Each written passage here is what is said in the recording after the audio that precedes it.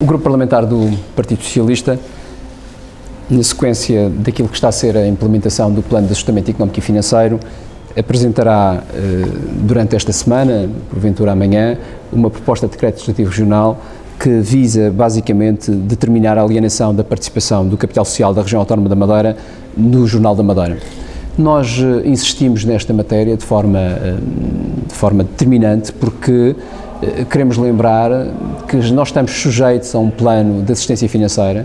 e esse plano de assistência financeira tem vindo a tirar austeridade sobre vários setores da vida económica e social da região autónoma da Madeira. Nós temos sentido que as famílias, em particular, aqueles que ganham menos, aqueles que têm sentido mais dificuldades de ultrapassar esta crise, estão a ser confrontados com uma austeridade significativa. Têm visto o aumento dos impostos ser uma realidade, têm sentido uma diminuição do seu poder de compra e têm, por isso,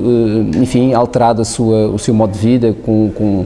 significativas desvantagens para aquilo que tinham no passado. Isto está a acontecer com as famílias, mas está a acontecer também com as empresas privadas. As empresas privadas, o setor privado, se preferirem, têm passado dificuldades porque o Governo não paga a tempo e horas, porque o Governo tem dívidas significativas, porque o Governo cria um ambiente empresarial não propício à competitividade. Por outro lado, o que se tem visto neste plano de assistência económica e financeira é que a austeridade continua sempre em cima dos mesmos e não sobre aqueles setores da vida económica madeirense que de facto têm sido despesistas, excessivamente despesistas e têm colocado em causa o futuro da Madeira. E o Jornal da Madeira é um exemplo paradigmático desta matéria. Nós não entendemos que numa situação desta natureza, em que o plano de assistência económica e financeira propõe a privatização e a alienação de um conjunto de empresas públicas e, portanto, do capital de empresas públicas, nós não entendemos que nesse plano não esteja numa linha de prioridade máxima a questão do Jornal da Madeira. Achamos que é absolutamente inqualificável porque isso demonstra uma austeridade distinta entre os diferentes setores da Madeira, ou seja, a austeridade para aqueles que menos condições têm e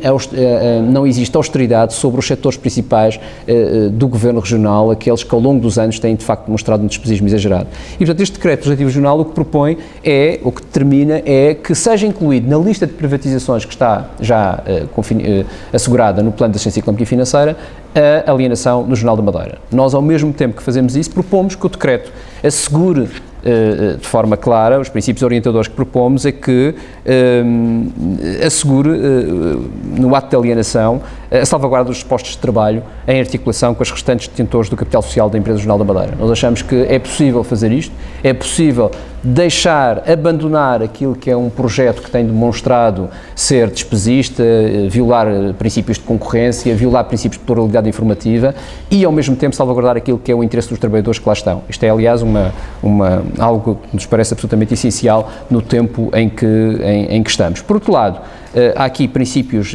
de legalidade. Consideramos que, tendo em conta a situação financeira do Jornal da Madeira, que tem acumulado prejuízos e passivos ao longo dos anos, é determinante que esta matéria se faça urgentemente, para não penalizar os madeirenses por mais situações desta natureza. Ora, em título de resumo, nós não entendemos que o Governo Regional, perante um plano tão duro e tão severo para famílias e empresas, não tenha a mesma atitude e a mesma dureza